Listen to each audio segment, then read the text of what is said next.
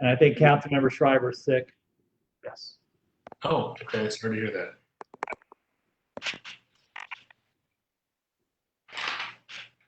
And Councilman Graham's wife was celebrating her birthday yesterday. Yesterday? Okay.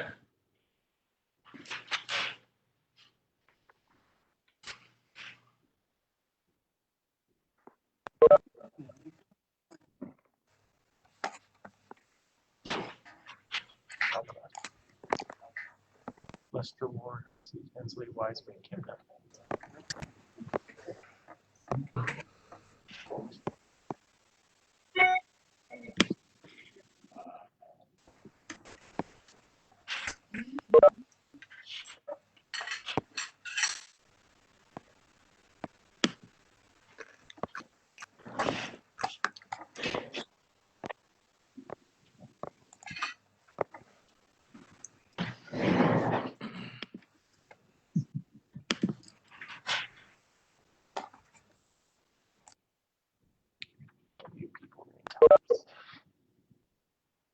Actually, one, just guys.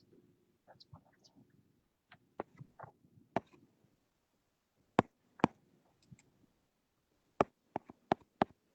Oh.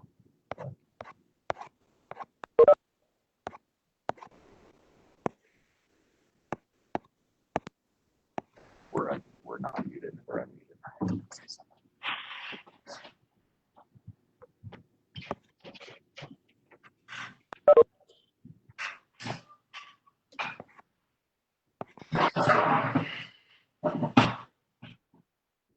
Okay. Do we have a count of, hold on. I can. There's 7 on right now. 8.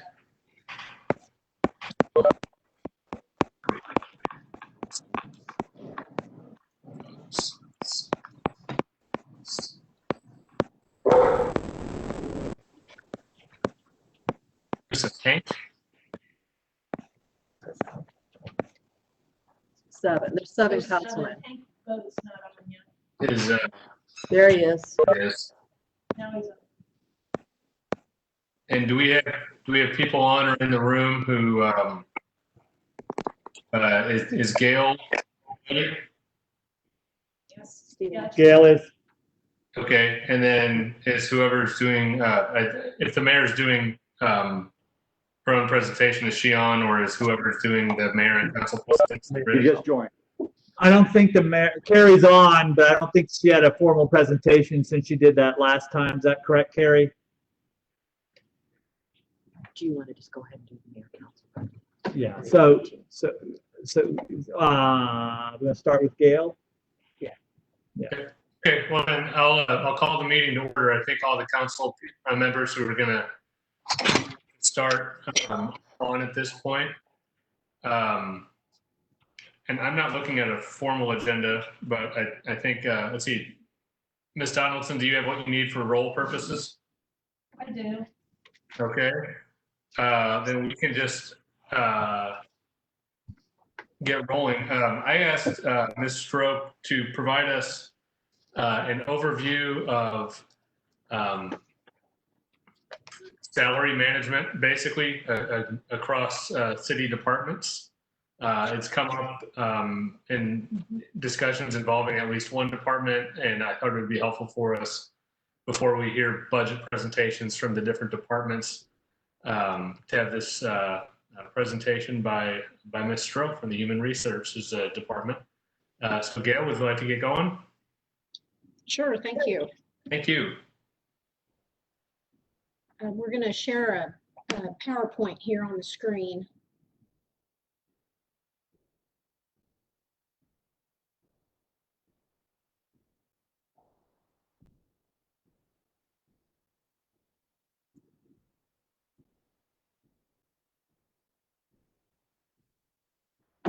Okay, so looking at our workforce, I'm going to start by just kind of talking about some statistics about our workforce. We have 424 full-time employees.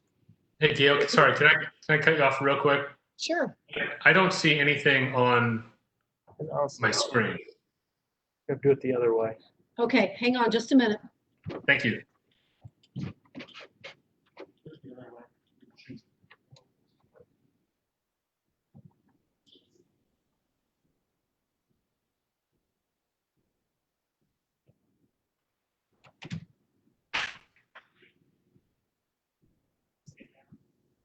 Do you see it now? I see that.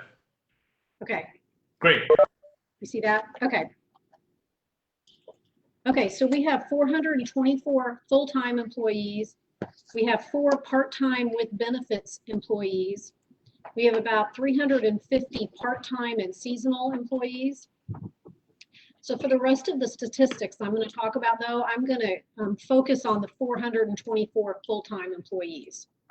So of those 424, the average salary is $49,134. The average age is 43 years old. The workforce is 78% male and 94% white. Looking at our full-time employees and our years of service, you can see that we have about 34% of our employees have been with the city less than 5 years. We have 15% of our employees have been here between 5 and 10 years. 29% have been here between 10 and 20 years. 19% have been here 20 to 30 years, and about 3% have been here for over 30 years. Looking at turnover, this shows turnover back from 2006 through 2019. As a whole, overall, during that period of time, we averaged about 7%. You can see in 2013, 16, and 19 were our highest years, where they were a little over 8%. And I think it also kind of shows that we are slowly trending upwards as far as our turnover rate. So let's talk about our classification and compensation plan, because I know there were some questions about how does that work, where did it come from, that type of thing.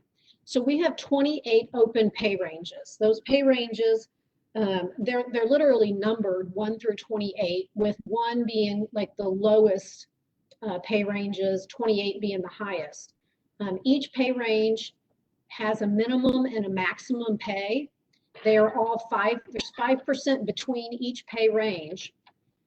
And then there is 50% for between the minimum and the maximum of the pay range. So in other words, if the minimum of the pay range is $30,000, the maximum would be 50% higher, so it would be $45,000. And that's a pretty broad range to have it be 50%, and that's a really good thing, because we really don't want our employees to be topped out, because if they are topped out, that means they're not going to be getting merit increases.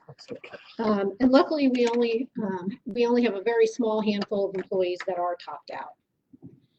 We have 130 different, like, basically job titles, but a lot of them, about 30 of them, fall into job groups. And what I mean by that is, for example, if you look at, like, say, the title of police officer, there's actually 4 different levels of police officers. There's a police officer trainee, a police officer 1, police officer 2, and police officer 3. So if you count that as one job group, using that example, we have about 100 job groups. So we have about 100 different titles that people, if they're looking for a job with the city, would apply for one of those job titles. And every one of those job groups or job titles is assigned to one of those pay ranges. So this pay plan was implemented on April 9th of 2017 after a very extensive survey or study done by the Austin Peters Group. And I'll talk more about that study in a minute.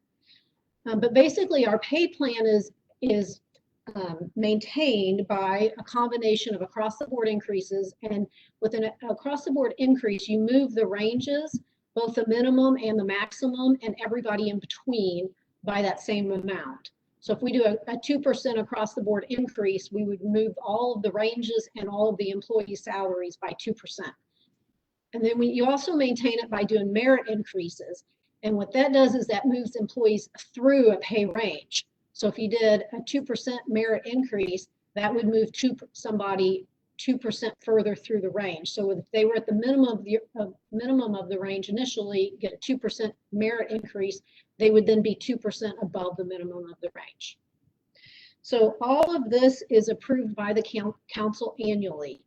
It was approved back to be effective April 9th of 2017, and then any pay increases that we've had, which have been across the board, a little bit of merit increases, are done through the budget process. Or if any of the departments want to change any of the job titles, or eliminate or move them, that's done through the budget process through pink sheets, or it's done by ordinance at council meetings. Okay, so career ladders, I talked about the different job groups. So we have 21 different career ladders or job classifications in the city. So these are the ones on the screen now are ones that are in like office positions. You can see the first one is accountant, senior accountant. And so I just, to kind of explain what that means. So for example, the finance department has 2 positions authorized for the accountant, senior accountant level.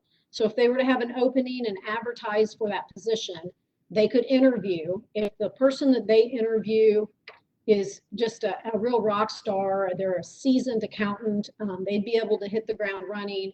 They might bring them in at the senior accountant level. Conversely, if they were to interview and really want to hire somebody who maybe doesn't have a lot of experience, they're eligible for the accountant level, but they would be able to really kind of grow their own a little bit, they would probably bring them in at the accountant level. And then once they've been here for a number of years and become a seasoned accountant, they would be able to automatically promote them up to the senior accountant level without that person having to apply for a senior accountant position or to have a vacant senior accountant position somewhere in the city for them to go to. So all of the positions on the screen, civil engineer 1, 2, deputy court clerk 1, 2, those all operate the same way. These are examples of some of the positions and kind of the field, the maintenance field. So you have like airport maintenance, parking maintenance, parks maintenance, street maintenance. They all have 3 levels. They have the trainee, the worker, and the senior level. You can see traffic signal technician, wastewater treatment plant operator 1, 2. And then these are the ones that are kind of in the inspections and public safety area. You can see building inspector 1, 2, communications operator 1, 2, firefighter trainee, firefighter, parking enforcement officer and senior. And then you see police officer trainee 1, 2, and 3, and then property and housing inspector 1, 2. So we have 21 of those in the city. So kind of switching over now and looking at pay increases. This is a pay increase history since 2004. You can see in 2004 we did 5% increases. It was a 3% across the board, a 2% merit. And I guess I should point out anything that's in the yellow color, those are across the board increases. That means everyone got that increase and we changed the pay ranges by that amount. Anything in the kind of the darker brown reddish color, those are the merit increases. Those are the amounts that moved an employee through a pay range. So 2004 and 5, I have those starred because those are the last time that we really did a pay for performance increase. You can see on the merit, it shows a 2% in 2004 and a 3% in 2005. And that was the average, but it was actually, both of those had a range of 0 to 5%. And then based on performance, you know, it could be as much as 5%, might even be 0 if it's poor performing, but the average employee would get either that 2% or that 3% that was budgeted. Then you can see in 2006, we did not do merit. We only did across the board. Unfortunately, we kind of steadily decreased the amounts of increases. 2013, we did not do any pay increase. 2012, I will point out, we did kind of do a little bit of a pay for performance that year because we did the 1% across the board and a 1% merit. But then on top of that, we did an extra $500 flat fee to employees who their performance exceeded expectations, and then up $750 to those who were clearly outstanding. But that's the last year that we did any kind of pay for performance. And then 2017, some of you, especially who have been on the council a while, are probably thinking, I don't remember approving a 4% pay increase. This was actually broken up. There was a 2% pay increase across the budget, across the board as a part of the budget, but then also the 2% across the board increase as a part of implementing the Austin Peters study. So cumulatively, that was a 4% increase. But you can see that 2018, 19, and 20, we did do a little bit of merit, 1%, 0.5%, another percent. So if you look at this, this shows that we have only moved our employees through pay ranges by 2.5% since back in 2012. So what that's done is caused a lot of compression issues that we'll talk about. But first, I wanted to kind of compare our pay increases to the Consumer Price Index. The city's pay increases are the yellow line, and then the Consumer Price Index is the darker line. Obviously, the CPI has kind of gone up and down a little bit more than the increases have, but cumulatively, on our across-the-board increases in merit total is a total of about 40.5% since 2005. And the CPI has gone up 55.4% over that time.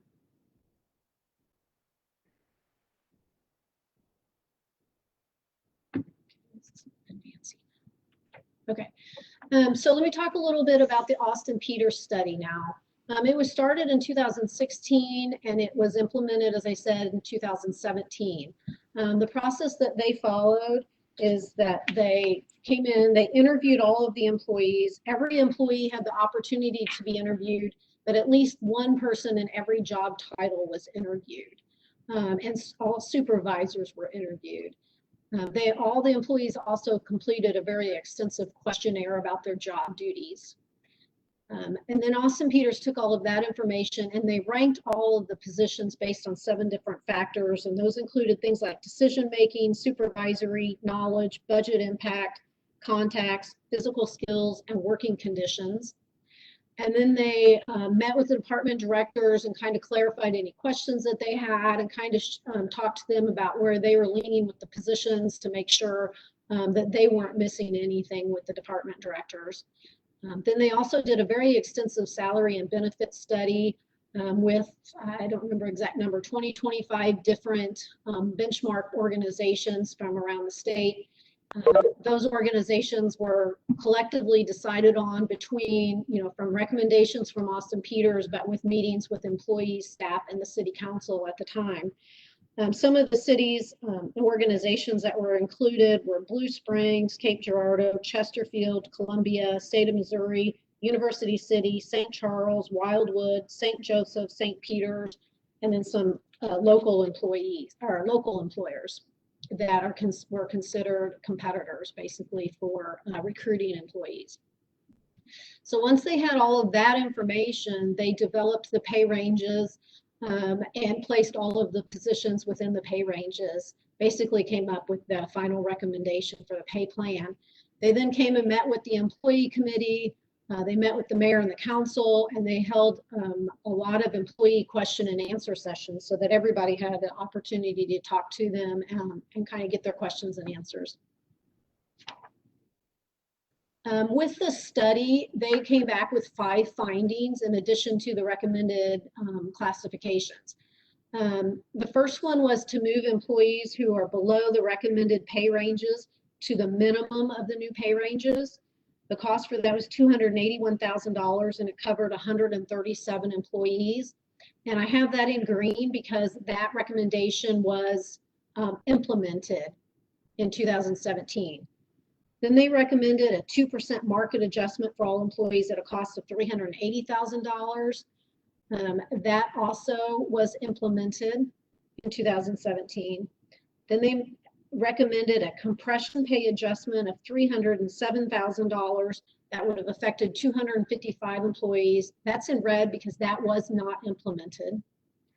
And then they recommended that we increase our sick and vacation days to match our peers. And I put that in black because we have not actually increased our sick and vacation days, but we did add the floating holiday.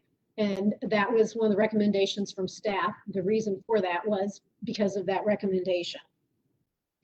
And then they also recommended that we adjust all of our pay ranges annually according to an index. And I have that in black because although we have adjusted our pay ranges, we have not done that according to an index. So if you looked at just the CPI for the last 3 years, the CPI changed by 11.7%, but we increased our ranges by 3.5%. So. Okay, so talk a little bit about compression. So this table shows all of our 424 employees are in this table. If you look at the bottom, it has the numbers. Those are the numbers of the pay ranges.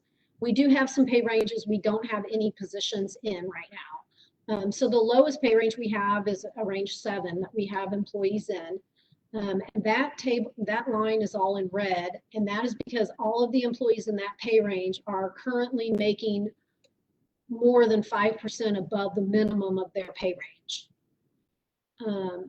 Conversely, though, if you look at pay range 8, 100% of the employees in pay range 8 are within 5% of the minimum of the pay range. So you kind of look and see the lines where all the yellow those are employees that are within 5% of the pay range. So you can see range 11, range 13, those 100% of the employees in those pay ranges are within 5% of the minimum. And then we have a few of the pay ranges where everybody is at least 5% above minimum. So compression, there are examples of compression in every single department. There's not one department in the city that does not have compression examples that could be shown. And I think a lot of this is because we did not do the compression recommendation in 2017. And we've only moved our employees by 2.5% through the pay ranges since 2012. And then we also did when we did the study in 2017, we had a number of positions that moved up a range. And so when they moved up a range, people who had been here for quite a while, just the fact that their range changed, if they were already within the new range, that didn't automatically move them further into the range. So that brought a lot of people who are long-term employees, we have employees that are in ranges that have been here 5, 10, 15 years, and they're within 5% of the minimum of the pay range. Okay, so some of the strengths, talk about the strengths and weaknesses just to kind of finish up the presentation of our plan. First, the ranges are very broad so that our employees don't top out. That's a really good thing.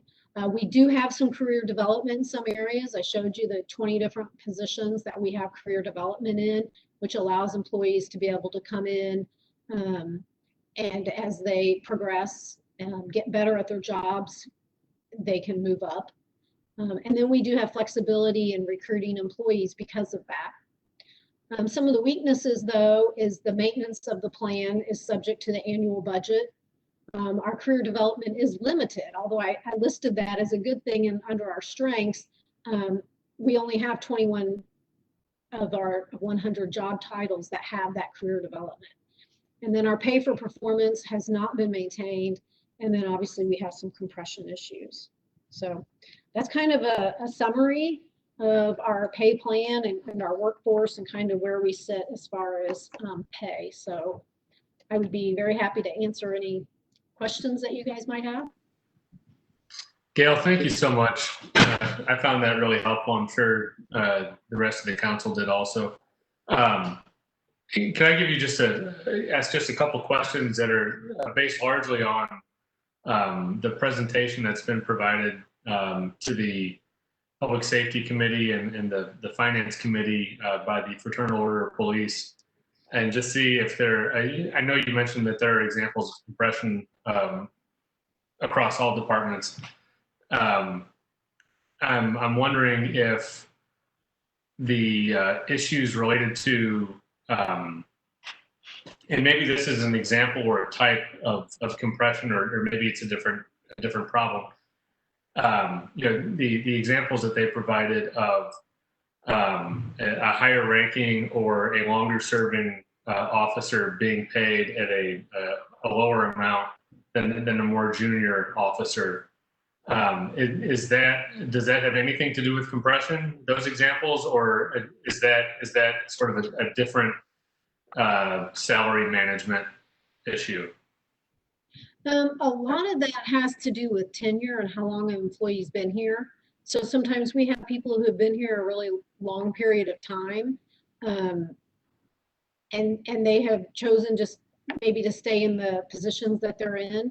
Whereas others come in and they're pretty ambitious and they want to move up to a higher level. And so they've moved up quicker, but the people who've been here longer, their salaries are higher because of their tenure.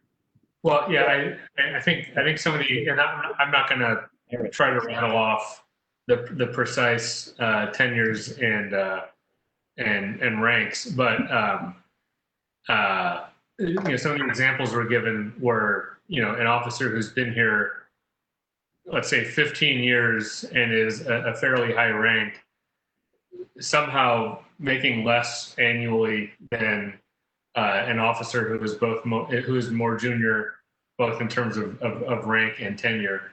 And if any members of the council recall or have in front of them the specifics, feel free to jump in. But my recollection from the presentation was that there were examples throughout the ranks of the department of for one reason or another, more junior officers somehow making more than more senior officers. And have you seen that presentation? I have seen the presentation. Yeah, I would have to look and see if it's within the same pay. Are you saying a higher pay grade or a lower or the same pay grade? We do have some.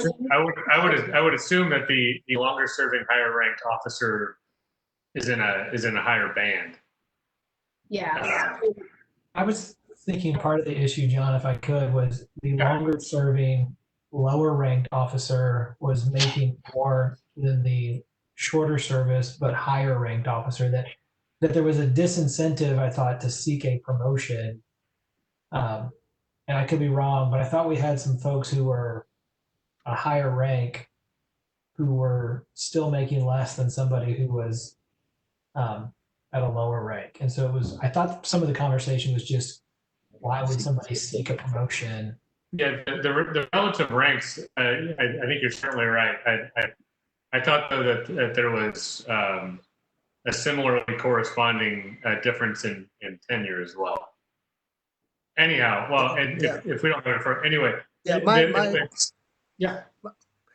my recollection was there were some officers who made less than some of the staff that they were supervising, was one thing.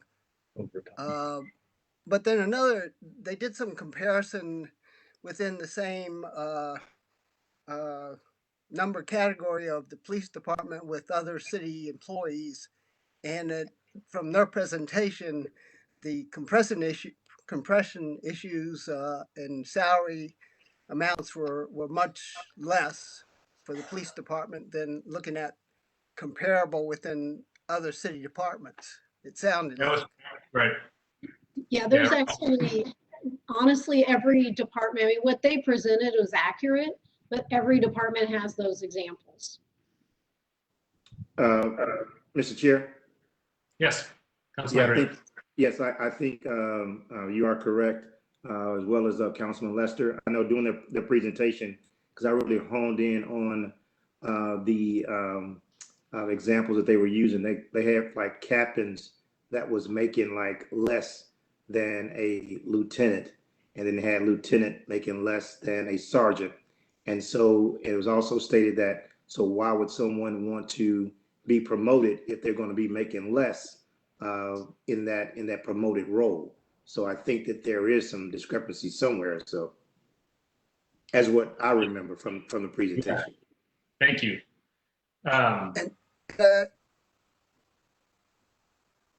Yeah, Councilman Lester. I just want to say, one other major thing that they were presenting was in comparison to competitive or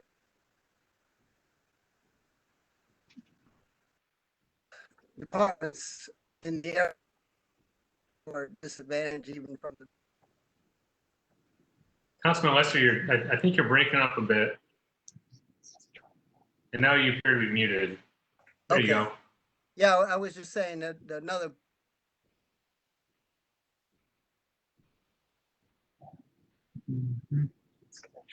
Still have the issue. Well, that gets resolved. Councilman Temna? Yeah, and Gail, how many total employees do you say that the city had on that slide? 400? 424. And I believe the police department takes up most of that with around 80 to, I don't know how many they have in their department. Yeah, I think about 90 maybe. 90 do you have the numbers as far as department, as far as the graphs that you showed us, like each department and where they fall in compression and that rate? Because I know that's just city staff as a whole, but I didn't know if we had even a breakdown as far as departments on how that weighs in. Right. I mean, we could definitely pull that together. I don't have that together to show you right now. Yeah, and I don't know if that's difficult to do, then maybe not, but I was just curious as to how that played out in each department. Well, Gail, thank you, Councilman Kemna. So you mentioned, part of the issue obviously on the compression side is that the council didn't follow through on adopting the compression fix, if I heard you correctly. And I'm not even entirely sure how much of the current council was on at the time.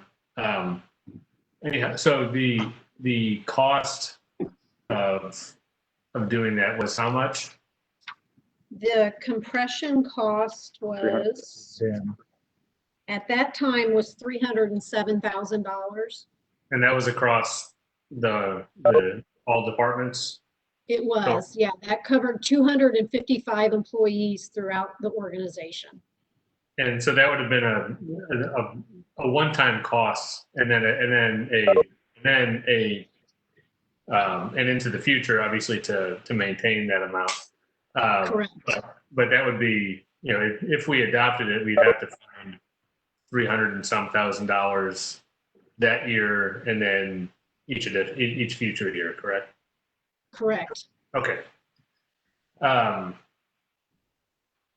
Well, and I think it was probably woven into your presentation there, but just to be crystal clear, do you have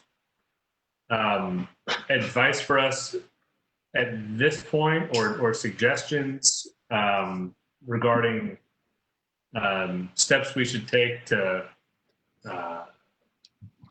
sort of correct the path across all departments? And if you'd like to come back at our next meeting also and present something slightly different, that would be fine. Also, I don't mean to catch you off guard, but yeah, no, I don't mind. Obviously, what I would recommend is that we look at trying to do some kind of compression adjustment, and that we look at some type of a plan that we can put in place that maintains the classification and compensation plan, whether that be adopting a specific index that we try to follow, or setting a minimum merit and across the board increase that we want to make sure that we do every year, and try to bring back the pay for performance so that employees have a little bit of say in what their merit increases are based on their performance. Okay. And the amount of the across the board pay increase proposed this year is 2%. Is that right? Correct. Okay, but that just maintains essentially the current structure, right? Right. And of course, what I would recommend is if the total increase is 2%, I would recommend that we do 1% across the board and 1% merit, so that we are moving employees at least 1% through the range. obviously that's just a Band-Aid. That's a little bit, and believe me, I totally acknowledge the fact that the budget's very tight. So, it's easy for me to say, this is what you need to do, not taking into account the budget. But realistically, we really need to adjust the ranges every year, and we need to move the employees through the ranges every year. And if we can move them through the ranges by performance, then that gives them some incentive. Sure. I hope I speak for all of us when I say I think we'd also be interested in getting a handle on sort of these tenure and rank disparities where they might exist across city departments, and then try to hone in on what the solution to those is and where the solution may lie. If it's sort of a broad systemic thing, or if it's specific to, a couple of departments, wherever it is, and then figure out how to fix it. Because, you can, you said the word Band-Aid a few minutes ago, and I think that's correct. If we find a way to devote more money to fix compression, and then also find money somehow to fix these rank and tenure disparities, and then specific to the police department, also figure out how to make us competitive with neighboring jurisdictions. We're looking at probably close to $1 million. And if we make that fix, I think we want to be sure that we have fixed the problem and not just adjusted salaries, and that we're not back to the same structural problem in a few years. So I hope that made sense. Does anyone else have questions or comments? I've kind of filibustered here a bit. If you do, just feel free to speak. Or not? Okay. Gail, thank you so much. Sure. Really appreciate it. And I know we're going to hear from you again shortly. So thanks again, and look forward to talking with you again in the near future. Thank you. Thank you. Well, the next item on the list was the mayor and council budget presentation. I know Mayor Turgeon gave her remarks at our opening meeting several days ago. Was there anything to be said on that particular proposed budget, mayor and council budget? The only thing that I would add is just, there's a very minor increase from the current year in anticipation of some new council people coming on. But other than that, there really aren't any changes. Anyone have questions or comments about this particular budget? Because I have a couple. Just to point out a couple things, the training and education line item, the 2019 actual was about $180. The 2020 budget was about $449. The new proposed budget is I think about $1,439. So about $1,000 increase from the 2020 budget. Is there a specific program or necessity there for that? Yes, Chairman. There was an increase in there for some MML legislative conference costs and the mayor's DC conference. Okay, and then we are really getting down into the office supplies line item. The last 3 years was like 778, 609, 901. 2020 budget's 1,300. Proposed budget 1,700. Is there a specific reason? Yes, as Steve mentioned, we've got some money in there for new iPads for potentially new council members. Okay, thanks. All right, thank you. Steve, did you just say that literally just within the last few minutes? I meant to, yeah. I just hear you. So sorry. No, I just said there were some increases there because for new council people, I didn't go into the details. Okay, I think, all right. I'm not blaming the mask either. I'm blaming myself. Don't worry about the mask. Okay, great. So that takes it. If no one else has any questions or comments, that takes us to the city clerk's budget.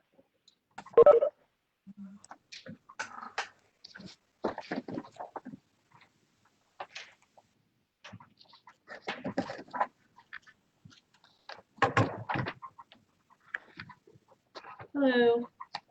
Hello.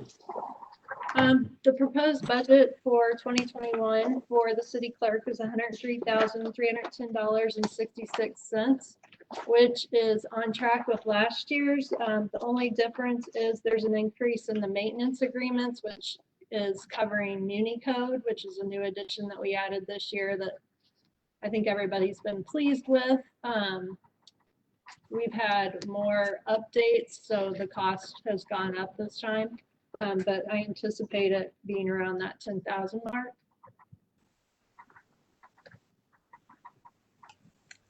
Did you have any questions?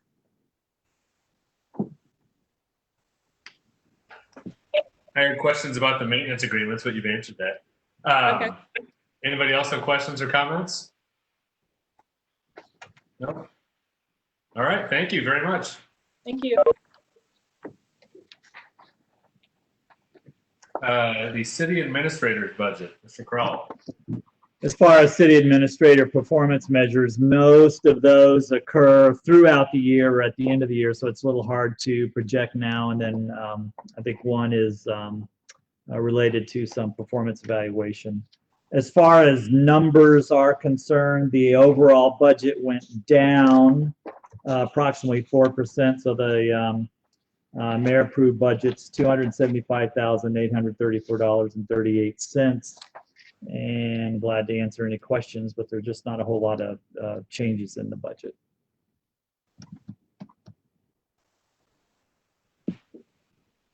Okay, thank you. Any questions or comments, anyone?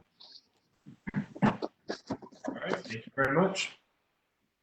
We have the city attorney's budget. Mr. Molman. Thank you.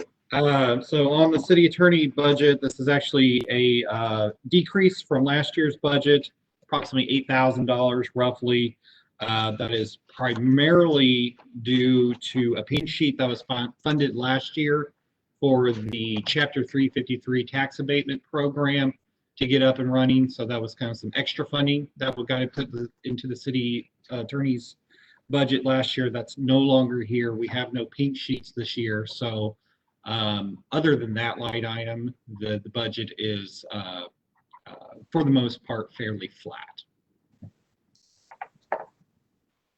Be happy to answer any particular questions. Questions or comments, anybody?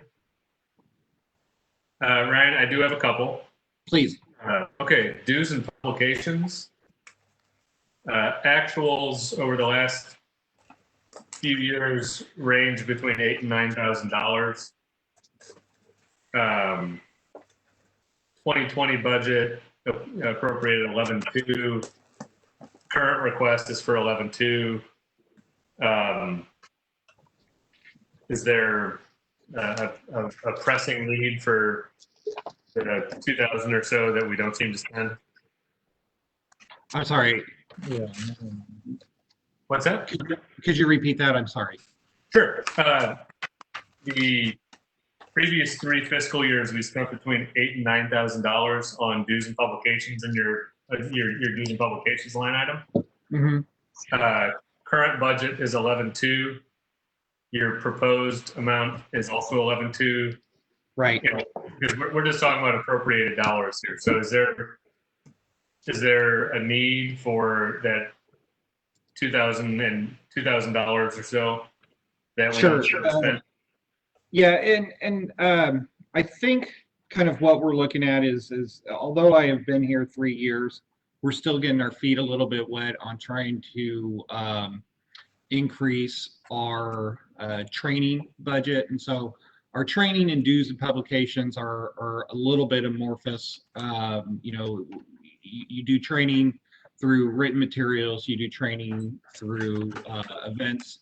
And so, to be completely honest, the 11,200 is mostly aspirational to get where we need and to have the opportunity to take advantage of training opportunities that aren't readily apparent at the beginning of the year. We have two big in-person training things that we do that are accounted both out of the dues and publications budget and also through the training and meetings, training and education budget.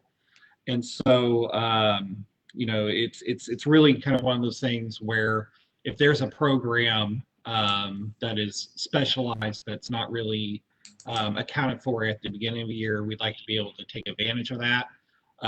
But once again, the $8,000 to $9,000 ish range is kind of what we are planning on spending at the very beginning of the year on educational materials and training opportunities. And I would say that the rest of it is so that way we can take advantage of opportunities as they come up through the year. Sometimes there's something new that comes up that could be helpful to us in a more specialized area. Okay, yeah, you mentioned training and education also. So last 3 years, that's been between $4,000 and $5,000 actually spent. Current budget $6,700, proposed budget $6,700. I mean, we're not in the grand scheme of the general fund budget, we're not talking huge numbers, but I'm just wondering if there's a specific expenditure or program that is in mind for that extra 1,700 that hasn't been spent, or if that's just more in the aspirational bucket. No, the training in education particularly was increased when we got a new city prosecutor. Former city prosecutor generally, took care of their CLEs as they're in their solo practitioner realm. And so when we got a new city prosecutor, I wanted to add specific funding to allow for city prosecutor specific training for that position. The first year, the new city prosecutor didn't want to do it. She, kind of had her program lined up for the year. And then this year, as you're probably well aware, the whole CLE market has been thrown into quite a tizzy. And so that's really more of a carryover from plans to do additional prosecutor training for city specific type issues, but really hasn't been had the opportunity for those programs to really come up yet. So. Maybe I can add something as well. Ryan, when did you start? I started in October of 16. In 16, because I know there was a little bit of time there where we didn't have a city attorney and doing that work. We were contracting, and so they didn't take advantage of some of those training opportunities. So those numbers would have been lower then. Yeah, I think we're just past that, yeah. And so I think it's a reflection of building on what previous city attorneys have done, and then trying to kind of increase that exposure to kind of different things. Okay, great. Thank you so much. Anybody else have any questions or comments? All right, sir. Thank you. Thank you. The municipal court budget. That is also me. So similar to the city attorney budget, the municipal court budget is actually a reduction from the 2020 adopted budget. The big ticket item in there is primarily related to expenses related to a substitute judge. So over at the municipal court, when the city prosecutor, the former city prosecutor, got elected to the municipal judge position, the canons of judicial ethics prevent that municipal judge from presiding over any cases in which he acted as prosecutor. And so what that necessitated was the city having to hire a temporary municipal judge to hear cases that the elected municipal judge was ineligible to hear. And so we had to contract out Mr. Hanrahan of Hanrahan and Nacy has been filling in ably, and kind of each month that has proceeded since the election of Judge Stumpy to the municipal judge position kind of reduces the load that Mr. Hanrahan has heard. And so at the beginning of Mr. Stumpy's term, it was Mr. Hanrahan actually hearing a vast majority of the cases, because vast majority of the cases were, pending when Mr. Stumpy was prosecutor. And as time goes along, the new cases that that Judge Stumpy could hear increase, and so that balance kind of changes. And so we are, for the most part, kind of through that backlog, and Mr. Stumpy is hearing majority of the cases, but we are still having to use Mr. Hanrahan on a semi-regular basis to hear ineligible cases for Judge Stumpy. But overall, that cost for the temporary judge has gone down.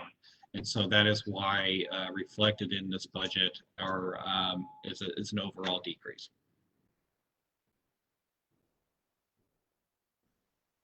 All other areas are primarily pretty flat.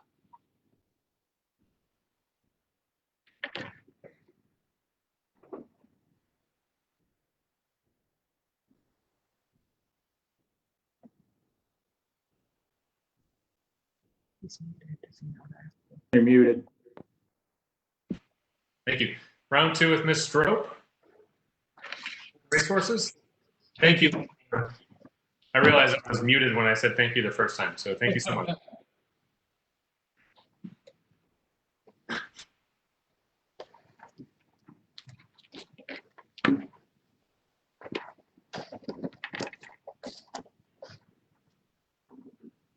All right. Please proceed. Okay. Just pulling up a PowerPoint here for me. Good. Okay, so Human Resources Department, let's kind of jump right into brief look at our budget. Our budget is a total of $322,000.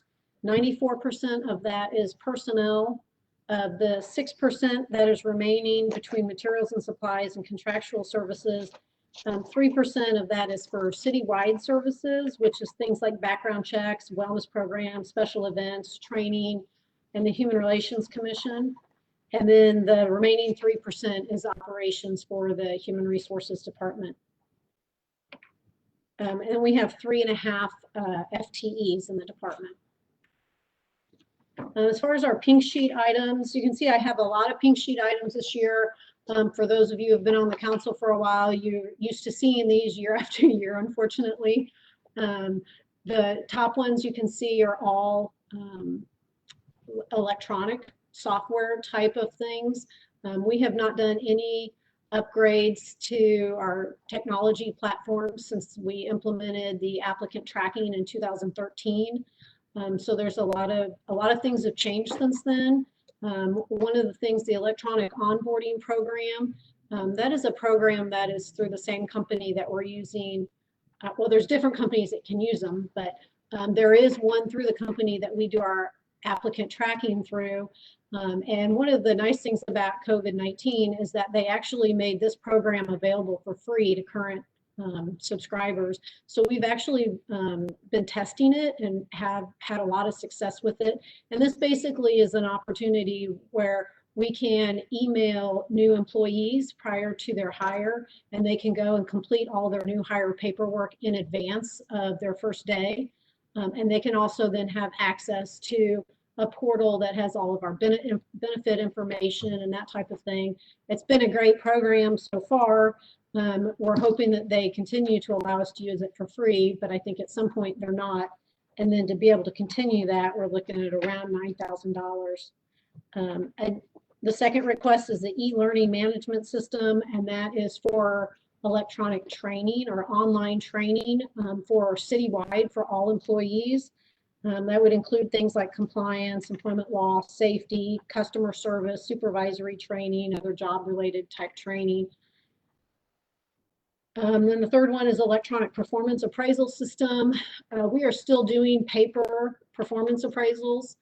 Supervisors fill them out in paper, employee signs the paper, and then they process that paperwork, send it through inter-office mail to the Human Resources Department, where we then enter it into our payroll system and then put it in their personnel files. So, and then an awareness campaign is kind of a targeted social media year-round campaign for recruiting purposes, and then allows for specific positions, targeted campaign for specific positions as they become available. So as we all know, the social media is really where people are getting their information anymore, especially a lot of the younger kids. And so being able to do a better job in social media recruiting and retention would be really important, and that's where what the awareness campaign is. And then we have the request for the Employee Involvement Committee. We have a committee made up of volunteers, employees throughout a number of different departments throughout the city who get together and do different things for their coworkers, like Public Service Recognition Week, Skate Night. They've done things like cookies with Mr. and Mrs. Claus, hay rides and stuff like that. And they've asked for some additional funding. And then we have a wellness program, our internship program. Many of you know that that's a fantastic program that we've done over the years. Unfortunately, we had to cancel it this year because of COVID-19, but it's a great program. And then again, I still ask for another position within the department because, especially looking at benchmarks, we're definitely below the benchmarks for staffing for our department, and we really would be able to do a lot more for the city with more staffing. And then a matching deferred compensation. That's to really encourage people to supplement their retirement with doing deferred compensation, and that's really a very strong recruiting and retention tool. And again, for those of you who've been on the council a while, you know that I've asked for that now for well over a decade, but I just kind of keep plugging it in there. So as far as our goals and performance measures, our goals and measures are to improve training and education of our workforce, to improve the performance of city employees, and to continue development of a health and wellness program, and looking at things like turnover, employee assistance program, job posting, applications, and wellness, those types of things. So those are all the things that we track, and all of those are really staying pretty steady. So that's all I have as far as our budget. I'd be happy to answer any questions that you might have. All right, well, thank you. I don't think you touched on this, but just make sure. So the professional services line in your budget, the last 2 years hasn't really gone much above $2,000 spent. Or so I guess it was probably 18 and 19. Current budget's 4,000. Proposed budget's 4,000. Is there a particular professional service that we have lined up, or that you think we need that really requires those additional appropriated dollars? So really, a lot of what we use that for is for citywide training, and honestly, it's just not enough to bring people in typically to do a lot of citywide training. So that's where the online, an e-learning management system would be more beneficial. But with the absence of that, having some dollars to do some kind of compliance training every year. For example, next month, we're going to actually bring in a trainer to do training on drug and alcohol recognition, which is required for us to do with our CDL drivers and DOT drivers every year. So we bring in, we do that for all of our supervisors and managers for reasonable suspicion. So Okay, so do you expect that you'll be using more of your professional services line in the coming year than you have the last couple of years? Yeah, I hope to. But like I said, sometimes it's hard to find, like, we don't have enough in there sometimes to bring in trainers for things that we feel as though we need to bring in. Does that make sense? So then therefore, we're not able to do it at all.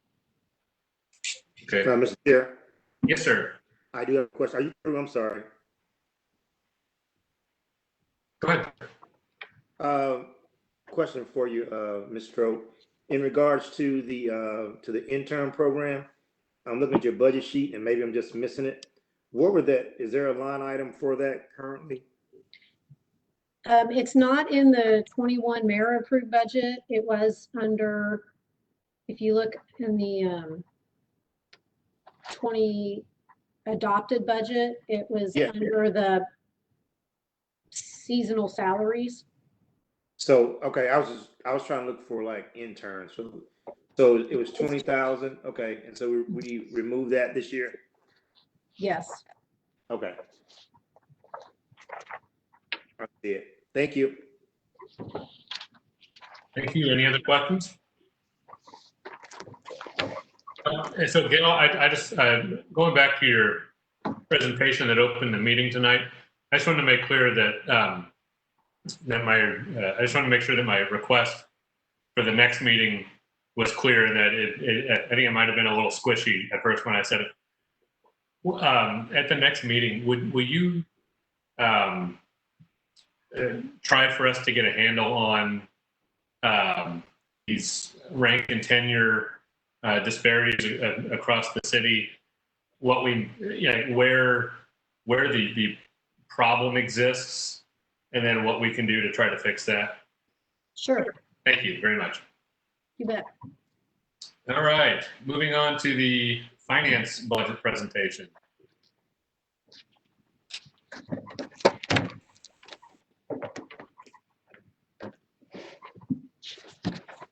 So our finance department, our goals and objectives and performance measures are around receiving a clean audit or unqualified audit, which we've been successful with, and then receiving the GFOA comprehensive annual financial report and popular annual financial report awards, and then also the GFOA budget awards. And we've been successful in all of those. We've got the CAPR and the PAPR are still pending, but there's nothing that we've received that makes us think that we're not going to receive those. As far as the total budget for the finance department, it's a little over, well, it's almost 964,000. Almost 91% of that is personnel services. We have 11.75 FTE in our budget. As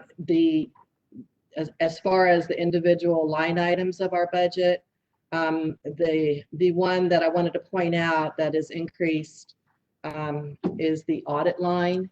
We went out for bid on had competitive bids on our audit contract, and that was rebid in FY20. And so it went up significantly. That's a 3-year contract. And also included in that is not just the financial audit, but an OPEB audit, the other post-employment benefit audit, which is about 26,000 of that 54,000. Other than that, our line items really haven't changed that much. We do have that budget, is that, and maybe this will come out as a sillier question than it currently exists in my head. Is that just of the finance department, or is that of any spending across any city department? It is the amount for all of the general fund departments. That 53, almost 54,000 is for all of the general fund departments. So the other funds, you'll see a corresponding audit line in theirs is that their allocation of that. Great. And then in your training and education line item, has floated between like 1.3 or like 1,300 and 5,000 actually spent the previous 3 years. And then it's the request, the current request and then the current fiscal year are both just a shade under $8,000. Do you have something specific planned or in mind, or is there a reason to keep 3,000 there that might not be spent? Well, our goal is to go to the National GFOA conference on an annual basis for myself and our chief accountant. And the last couple of years, we haven't been able to do that because of other circumstances. One year it was actually in St. Louis, so the cost wasn't as great. We had all made plans and had already paid for it this fiscal year, and then the pandemic hit. So we do have outlined in there the uses for that money. So it includes not just the continuing education that is required for my CPA, but also for our purchasing procurement agent. There are required courses to keep her credentials. So we do have plans for that 8,000. Great, thank you. Any questions or comments from the committee? Moving on to the non-departmental budget. Okay, I do want to point out, we do have one pink sheet request in the finance department. It's on page 67. It's for an e-procurement and contract management system. This is a new request. I won't read it to you, but it would help in our trying to get our purchasing department up to speed electronically and being able to do tracking and contract management and evaluation through an off-the-shelf system. Okay, very good. Thank you. Questions or comments from the committee? Okay, non-departmental. So the non-departmental is as described. It encompasses items that hit either every single department or it's not exclusive to any one department. Just looking at the budget, the gas line, that's basically the housing authority, and there is a corresponding revenue line in that same amount. So they get their gas at our pumps and we turn around and bill them for it. The general insurance line does have an 8% increase built into it, and that is an estimate.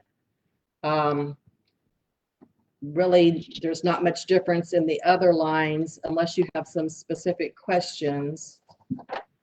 This area is the one that in the mayor's approved budget, there was not the funding for the JCTV of $55,000.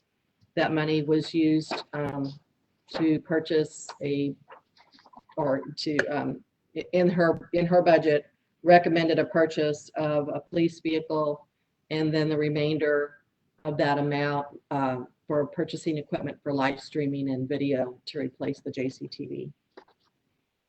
Thank you. Are there questions or comments from the committee?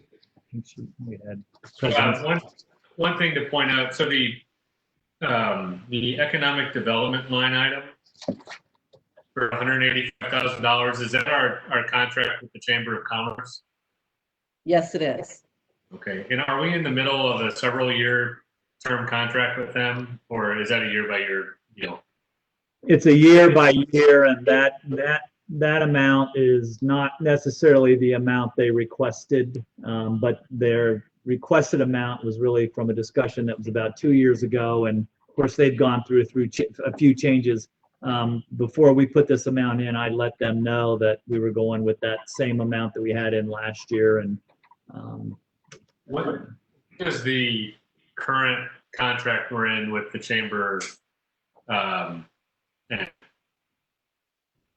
like what's the term? Like what month to what month?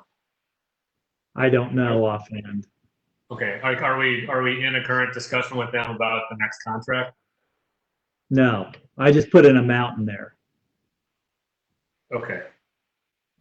I mean, I put in the amount that was from last year, and so. Okay, well, it might be, some folks might be interested in knowing when that contract is up for negotiation again. That's fine, yeah. I'm not saying right now, I don't mean to put you on the spot if that information isn't right at hand, but for the next meeting, that might be helpful. Okay.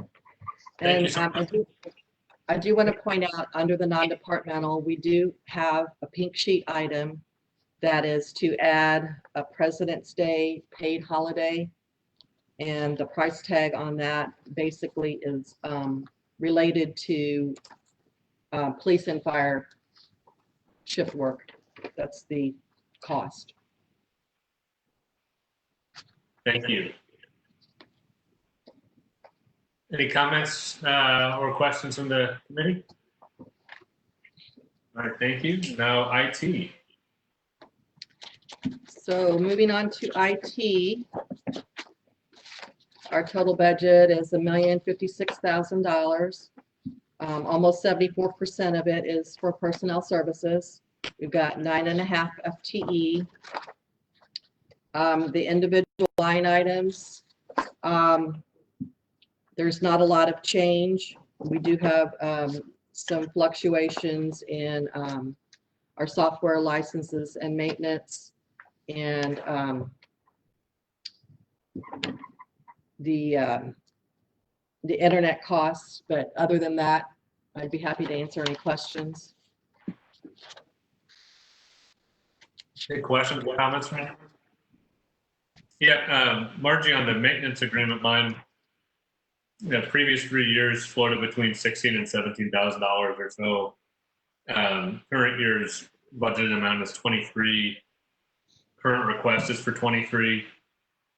Is there an expectation rounded in something that we would need to spend another $6,000 or $7,000 more than we have the last few years on maintenance agreements? Well, you'll notice that our 2020 adopted budget was 23,000 as well, and we actually have a schedule of those vendors and those dollar amounts I can share with you. I don't have it with me right now, but it is based on our estimate by vendor. Okay, and that approaches the neighborhood of $22,000 to $23,000 or so, or? Yes. Okay, that answers that. Yeah, because that is one column that we don't have, and I'm not going to claim that I'm the first person to have thought that this might be helpful, but you know, if there were a line forecasting how much we were expecting to end up spending throughout the rest of the fiscal year, perhaps instead of, sorry everyone, hold on one second. Perhaps instead of the amount that we've spent to date, that might answer some of our questions ahead of time. But that's fine. If that's what we've got set up for the rest of the year, then that works. Any questions or comments? Anyone else? No. All right. Thank you. So we're going to. So far, we've been pretty much just following the budget book. We're going to skip ahead and do planning and protective services next, and this will be the last budget, departmental budget that we do this evening. And then at our next meeting, we'll start with police and fire, and then get back in line with the public works budgets. Mr. Sanders. Thank you, Mr. Chair. Thank you, sir. Go ahead. I first want to start off by letting everybody know that I have 8 budgets, so I will be a little bit longer than everybody else. I have 5 divisions, and 2 of them each have 2 budgets. And also my department also works with 8 different boards and commissions, just as some background for some of the new councilmen. Okay. Trying to get the slide to advance. Pull it off. Very good. So overall, my department budget is about $2.2 million. Of that, a little bit more than $500,000 is grant funded, basically the Community Development Block Program and the FHWA MPO grant that we have and a couple of minor other ones. The remainder of that money comes from general revenue. And then I'd also like to note out that several $100,000, almost $600,000 of that general revenue actually comes from services provided by my department, and it's kind of broken out there. I'd like to note the building, electric, plumbing, sign, demo permits that comes out of our building regulations. So far in 2019, it generated $401,000, and year to date this year, $390,000. And that will be pertinent to my pink sheet discussions later on. Personnel services compromises or makes up about 80% of my department budget. I've got 23 full-time staff, 2 half-time staff, and we have 1 part-time temporary gentleman helping us with some of our building inspections as a result of the tornado and now the hailstorm that is burdening us quite a bit. 10% of my budget is basically contracts, existing contracts that are for yard waste, the compost center that we have, and then also the cemetery maintenance contract. Okay, obviously I don't know how to use this mouse. Mr. Sanders, I'll just jump in. As you mentioned, you have so many different sort of unit or team budgets. Other members of the committee, if you have questions as we go through this, I hope Mr. Sanders wouldn't mind if you just spoke up and ask as we go through it rather than saving them till the end. That might be the easier way to do it. Yes, I'd appreciate that. Great, thank you. Okay, so on the administration side, really nothing new. Basically, it's the glue that kind of keeps everybody together and does a lot of the administration work. There's 3 staff members. The budget of $274,000 is basically 90% of personnel expenses, and there's no budget changes, no pink sheets on that. And with that, I'd be glad to answer any questions while I figure out how to go to the next slide to the next budget. There we go. Planning and zoning is our first actually budget that supports the activities that the public sees. We oversee the Planning and Zoning Commission, the Board of Adjustment. We process rezoning, special use permits, subdivision plats, et cetera, which I believe you all are probably familiar with. We also provide long-range planning for the community. The comprehensive plan, which those of you that have been on the council for a while, remember back I was requesting additional staff to help work on that plan. We actually have a draft. I have a copy of it. Several staff members are reviewing it, but the tornado threw us off kilter. The pandemic threw us off kilter. So we feel we need a reboot, and we are planning to start our public engagement activities later this year, foregoing any sort of a major difference in the scenario out there with the pandemic. And we anticipate on our current timeline being done with that plan all through the approval process by July of next year.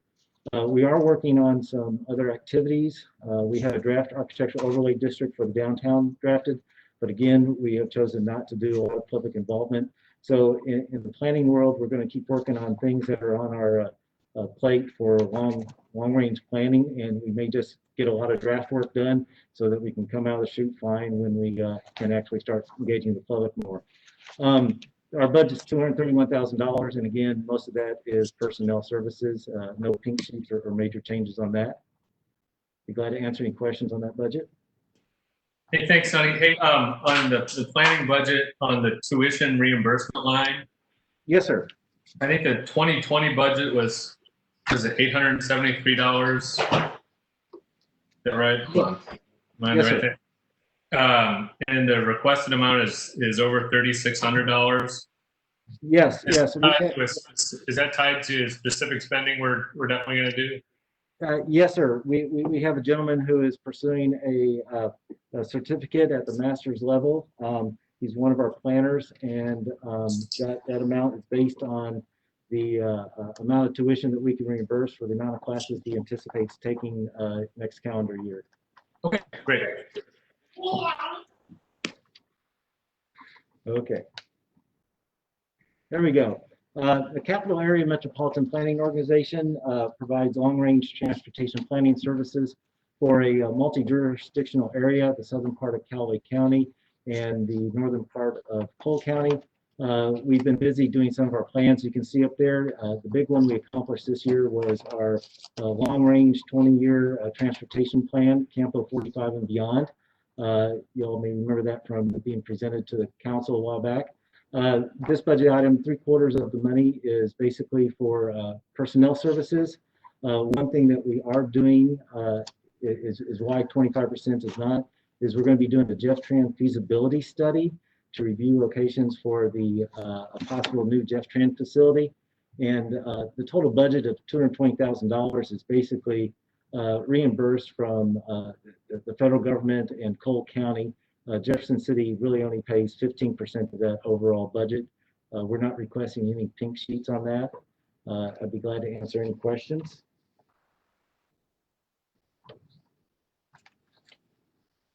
Okay, on to our community development block program. Basically, we try to focus on national objectives to address low and moderate income families, assisting them. Our budget is $330,000. This is a 100% federal grant. There is no city match. You can see the items that we're going to be focusing on next year, basically helping people repair their homes, housing assistance, down payment assistance, which actually this year we were able to help 30 families with our down payment assistance program. So we're very proud of that. Public improvements. If you look in our budget last year, we had a large amount of money in public improvements. Some of those occurred, some of them did not, but we got a sidewalk project that's actually being, I think it's already been out to bid and a contract agreed on. And then we also plan another sidewalk improvement next year. Neighborhood redevelopment, that is basically demolishing buildings on a voluntary basis, emergency assistance, and a couple other items. On personnel, this year, 30% of our budget is personnel. And you'll notice the difference in our grants and redevelopment on the personnel. We're trying to capture the 20% administration fee that we're allowed in our CDBG program. And that's why our personnel is higher in this item and lower in our redevelopment and grants. A couple items to keep in mind. We have notified that we will be getting a CARES Act CDBG COVID grant. It's an entitlement grant, basically the same eligible activities that we have in our current program. We are eligible to spend on that. We have not gotten a letter of notice that we have been awarded that grant. We're also expecting our 2020 allocation on our normal entitlement grant. And then I'd be glad to answer any questions on that one too. Okay, redevelopment and grants. There's a Neighborhood Investment Act that we administer. Basically, you can see the items there: residential down payment program, commercial facade program, rental facade program. And then we also do things with solid waste and recycling. We manage the Republic contract and the Ripple Glass activities, and do the household hazardous waste program. And on those, we are planning on spending $19,000 roughly on household hazardous waste, of which approximately 2/3 of that is reimbursed by Republic and Cole County. And the recycling education program is part of our Republic contract. And I mentioned the difference in the personnel items. One thing to note is in last year's budget, we had a historic preservation grant. There is no grant in our budget now because we've not applied for them. I believe here on the 17th of this month, we will bring to you a couple resolutions regarding applying for 2 historic preservation grants. And I'll probably be asking for the money to match that at that time. Just heads up on that. And then we're also working on a project right now. We're still at the staff level. We want to take a look at the Neighborhood Reinvestment Act program and maybe make it a little bit more strategic and targeted to get more bang for the buck. So that's another activity that we're working on. We have no pink sheets on this item, and I'd be glad to answer any questions. Oh, I'd like to give a shout out we did a lot of work for the Missouri State Penitentiary Economic Development Grant. And while we kind of took the lead in managing that, the law department, public works, and some of our planners also participated in that. And we feel very optimistic that that $1.5 million grant will be awarded to the city. Don't know for sure, but we have a very good feeling about that. So I'd like to just recognize people that helped us with that. Absolutely, thanks, Sonny. I do have a couple questions. Sure. And I'm sorry that this harkens back to the entitlement grant. My notes are slightly out of order, so I apologize. And if you address this, I further apologize. The salary line for the entitlement grant budget, FY19 was 34, adopted budget for 20 was 44, proposed budget is 68, 290. Is that a new employee or? Well, what we did back in 2017, I believe, is we converted a part-time employee to a full-time employee. And then we also, that gave us 3 full-time staff in redevelopment and grants. Now, what we've done more recently is try to capture more of the administration fee also. So that jump from in the 30s to 47 is going to represent converting that person to full-time or half an FTE, and then also beginning to shift over more of the money from this program, which it's eligible for. Sorry, that's clear as mud, but increased staff, and we're trying to capture more of our administration fees that we're eligible for. You might mention that it lowers the redevelopment grant. Oh, yes. You moved it, that's what. Yeah, and that's why if you look at the redevelopment grant, that has actually gone down salaries from budgeted 104 down to $67,000 in the mayor's approved budget. So we're just trying not to pay general revenue when we don't have to. Okay, and had you just done the residential or the redevelopment grant budget? Can you just present? Yes. Okay. So on that one, the RA commercial facade. Yes, sir. Line 19 was about 19,000. Adopted for 20 is about 20,000. Proposed is 30,000. Yes, sir. With things going on in High Street, we thought there might be a need for more commercial facade grants. That is something that we feel strongly about. It's a very popular program. A lot of downtown High Street has taken advantage of that. There's still more properties that can, so we did request a budget increase on that. Okay, thank you. Questions or comments, anybody at this point? All right, sir. Sorry for knocking you off track. Please proceed. John, can I jump in for a second?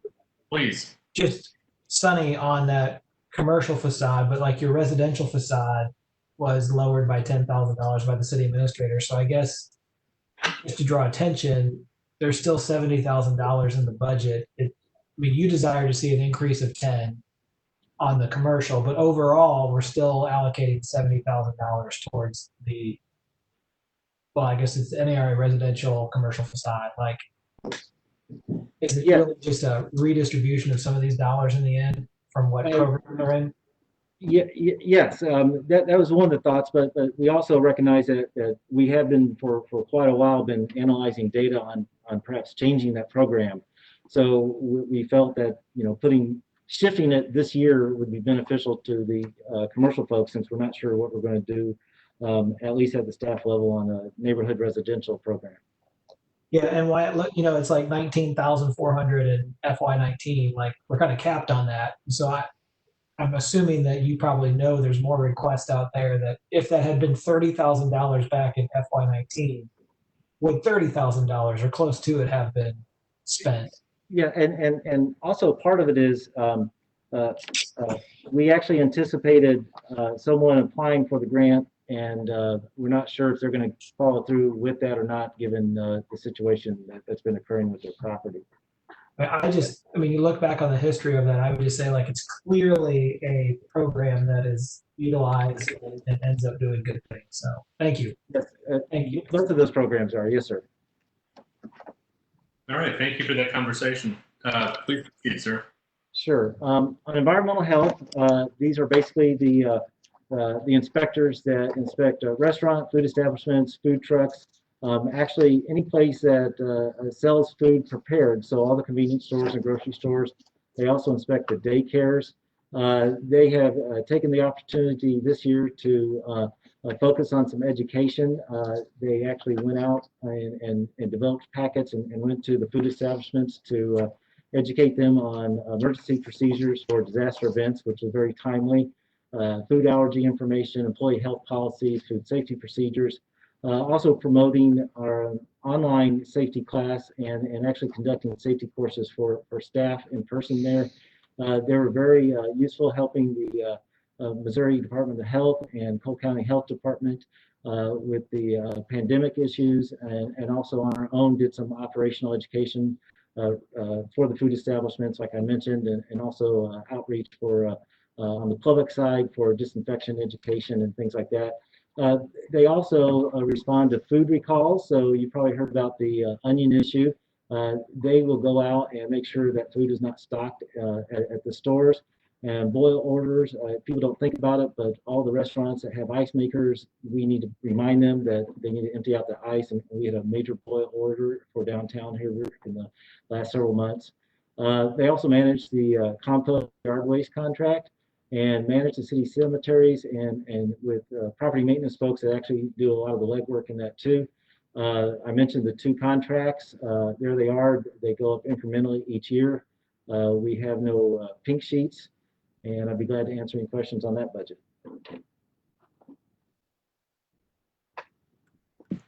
Anyone? Great. Okay, this is where I'm going to start getting long-winded, and I apologize ahead of time. So our property maintenance folks do the code enforcement. They administer abatements and demolitions. We have an abandoned building registry, and they maintain a landlord registration. And I'd like to point out, we just worked with the GIS department on the request of Chief Schofield to get information about the dangerous buildings, the landlord registration, and such not like that, so they can use it in their dispatch system. So the GIS department is working on getting that into their new CAD system. We also, at the request or during discussion of Public Works and Planning, we went out and inspected all rental properties from the exterior, like we do all properties, and we went to 1,700 parcels and inspected approximately more than 7,000 units, at least from the exterior, like we're permitted to do. Our inspections have increased over last year's year-to-date by 788. So we're going gangbusters on that. We still have a very good voluntary compliance rating, especially for this sector of government compared to other places throughout the United States. We also took advantage of the habitual offender ordinance that was changed last year and have sent 2 habitual offenders to court. One case is pending. The other person pled guilty. Of this budget, 83% is personnel services. Our abatement and our demolitions are basically a lot of the other items that we have in our budget. And if you note, our abatement expense that we actually incur each year is around $37,000 or $40,000 a year, which leads me to, here we go, start talking about my pink sheets. I'm not going to read that to you, but basically the point is there's a lot of research out there that basically reinforces the broken window theory that you all hear about. Basically, decrepit properties, property maintenance issues, abandoned buildings, burned out houses that still are allowed to stand, they breed crime, increase in assaults, increases in fire issues, obviously nuisances, people don't mow those yards. And it brings down the property values of those and the surrounding houses, and also brings down property taxes. So I'm requesting a pink sheet for property maintenance for demolition. I'd like to increase that from $20,000 to $150,000. A lot of times we have to steal the money from our demolition budget to pay for the abatements. That's why I pointed out our current amount that we paid for abatements. So far this year, we've demoed 1 house using appropriated funds from last year. We've diverted 3 properties from having to be demolished with general revenue money. One was working with the homeowner diligently and over a long period of time, and he actually was able to come up with the money that we estimated would be about $60,000 to demolish that house. One property was acquired by Public Works, and we actually, I don't know if this is a good thing, but we think it is, had a piece of property deeded to the city because the two property owners were arguing who actually owned it. And so we are now eligible to use community development block grant money to demolish that and perhaps provide it to Habitat for Humanity. We have 4 properties currently out to bid for demolition. One of them is 519. We're acting fast on that. 2 of those are insurance burns, and we feel we have enough insurance money that would more than cover the demolitions and also help recoup some of the abatements that we have performed on those. We have 4 structures right now ready to go to bid if we had the funding, and we are in the process of scheduling administrative hearings for 7 more properties. So with that amount of money, we can't do all those 11 in the wings, but we can certainly make headway. So I would like to propose that to you as one of my pink sheets. The other pink sheet, unless you'd like to ask any questions on that one, I'd be glad to answer any. The other one has to do with increase in abatement funding, basically from $10,000, which is what is in the proposed budget, to $30,000. So far this year, we've spent $20,000 on abatements. Abatements, actually, since there's an administration fee that we put on the abatement when we record it as a special tax bill, and I'm not sure if they accrue interest or not, but basically, so far this year, the city has received $30,000 back from abatements, and the county has just received $15,000 in special tax bills paid that haven't come back to the city. And if you look at the numbers of how much we spend on the abatements, not necessarily the approved budget, but yeah, I can't use the word return on investment, but this program does not lose its money. What it does is it's very tedious and cumbersome to try and find money and move money around and steal it from other pots. Each time, I think I've done 2 or 3 budget adjustments so far this year, and I'm probably going to have to do another couple more to pay for the abatement. So I'm just requesting perhaps we can put the money in the budget anyway, because we know we're going to spend it, and we know it is reimbursed to the special tax bill program. One final pink sheet is the maintenance folks have got some really cool software a few years ago. And it helps them out in the field, keeps them out in the field more, keeps them more productive, helps them schedule what's coming due so they know to go out and check that property after day 10. And it helps auto-generate the letters going out, all the notice violations. Each one of those notice violations, thousands of them. The fire department graciously donated some 2014 iPads to us, which no longer serve their purposes, and they are failing for us right now. So I'm requesting $2,136 to be able to buy some more iPads. And with that, I'd be glad to answer any questions on the property maintenance side. Any questions? No? All right, go ahead. So Sonny, on the abatement money that you recover, so where's that go? General revenue. Okay. Okay. On the building inspections? Yeah. Sure, thank you. Our total budget is $486,000, of which the vast majority is personnel. We've been making some changes over the past several months and recently. I know several of you have heard issues about the Building Development Department. We have a standing weekly meeting of all the people involved in development review. We have started just very recently. We have a counter downstairs that's staffed where someone can come in and submit a permit. We have actually, with the thanks of finance, really, we appreciate finance helping us with Springbrook. We were able to streamline the permit intake process. So there are certain types of permits that we're ramping up to be able to give someone within 2 or 3 minutes when they come in. If they write us a check, we can generate the permit for HVAC replacements, water heater replacements, all those other things, a lot of them residential. so that the person doesn't have to wait for a permit in the mail or come back or something like that. So we're trying to become more efficient and more productive and more customer service oriented.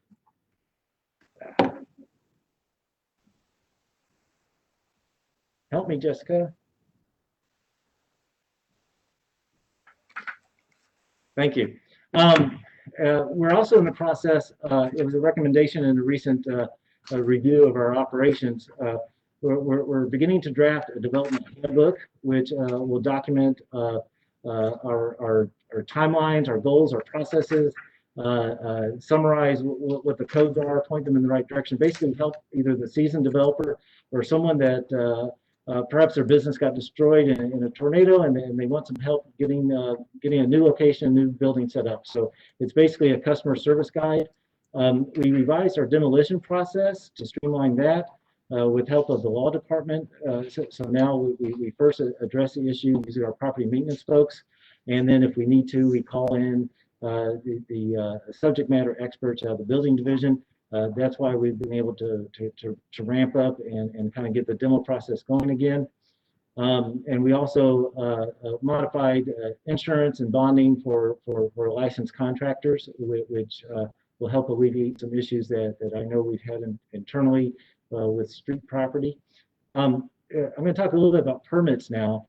I'd like to point out sort of the running total of how we're doing on annual permits, not counting the tornado or hailstorm. So in 2017, we had roughly 1,000, 2018, roughly 1,000. It increased in 2019 a little bit, not due to the tornado. And then in 2020, we're still on track for that 1,000, 1,100. So the permits are staying steady. Regarding the tornado, we've had 66 commercial building permits for about $17 million of construction cost work. We had 143 residential building permits for $2.4 million. So we estimate at least what's been permitted, almost $20 million worth of damage due to the tornado. We are still expecting some large projects coming in due to the tornado. Not necessarily many, but there are a few that we have identified and we're keeping an eye on and working with the property owner. The hailstorm has been monetarily a lot worse of a situation.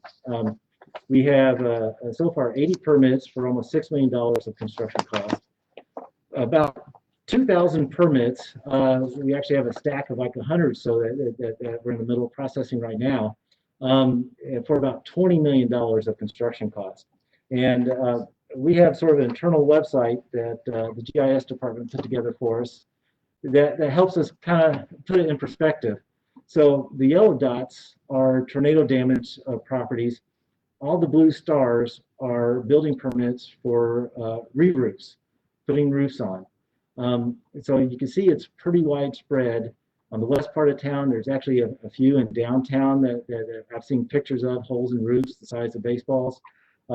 And why we're anticipating more is because when you zoom in and look at this neighborhood, it's not full of blue stars. You see clusters of blue stars, but that's telling us that there's probably more roofs that need to be re-roofed. We have several roofers telling us that they've got hundreds waiting in the wings to request the permit for. I know there's city staff that have been told they're not going to get a roof till December. So I'm just letting you know we're anticipating many more permits coming in for roofs, which leads me into my pink sheet request. While we've been making improvements in our processes, we've seen how software and code enforcement, being able to use it out in the field, collect data, use it to help them in their inspections, we've seen how that has helped them quite a bit. And we believe that software, actually the same suite of software, just an extra module, can actually help in the building inspection out in the field, but also more importantly, internally. There may be 17 different people in 6 different divisions and 3 different departments involved in a plan review. It is virtually impossible to keep track of where someone is at any given moment in that review process. And one criticism we've had is, I can't find out where my process, or where in the process my permit is in my review. So we feel that having some software to help us, like many other communities, would help in the customer service world It helped reduce time and errors. It helped us track where we are, better customer satisfaction. You know, you can go online, order a pizza, and you know where it is in the process. Betty's making it, Sam threw it in the oven, and John is out delivering it to you. It'll be there in a minute. You can do that with permitting or plan review. So we would like to request in a pink sheet to go ahead and implement this. Now, regarding the money of $46,000, half of that, $23,500, is implementation cost. We have grants, our CDBG grant. It's an eligible expense to purchase the software. We can cover that out of our CDBG grant money. The hardware, we can actually use our cell phones. That can be delayable. I had to make sure I spelled that right, but that can be delayable. The ongoing license fee would be $15,000 a year in addition to what we already pay for the code enforcement software. Where is that money coming from? Well, I can tell you where it can come from. If I can just get to the next, maybe I'll buy a mouse. So the revenue item for building construction fees is approximately $300,000. I think that number is low based on the building permit trends. So you see in that same item, the revenue just for building permits, not including electrical and plumbing and whatnot, has been trending upwards without the tornado. You can see 2018, 321,000. In 2019, of course, in 2020, the tornado bumped that up greatly. So we're generating more revenue than what has been budgeted in the past and what's being budgeted now. In the short term, we also anticipate many more residential roofing permits. So for the rest of this year, we're anticipating almost $20,000 in additional fees. We're being very conservative and only saying another 1,000 more may occur in 2021. That'd be a minimum of $25,000 in permit fees. And then we can't even guess on the amount of permit fees we would get for commercial roof permits. Now, more long-term, we have started mechanical inspections for mechanical systems. Most of those have been large systems, and we've generated some extra permit fees in that. That is included in the year-to-date number there. And then a bill that is pending, we estimate would generate another $7,500 a year just by leveling the playing field and making the amount we charge for a permit equitable between one person building building A and another person building building A. They would pay the same. And then also the software could be used by the fire department, public works department, and I mentioned 6 divisions throughout those departments, and there could be a cost share opportunity possibly with an enterprise fund in public works. So with that, I would be glad to answer any questions at all. Happy pictures.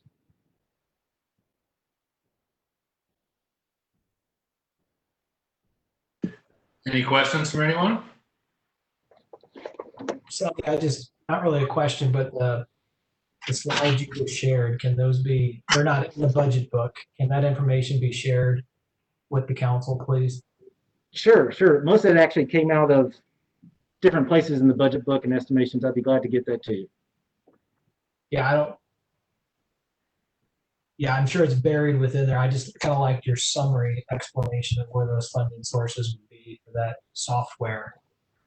That last item in particular. And I would concur, like, I think on my street, every house needs a new roof, and I'd say a third of them maybe have received one, and that might be a high estimate. So you are correct. There's a lot.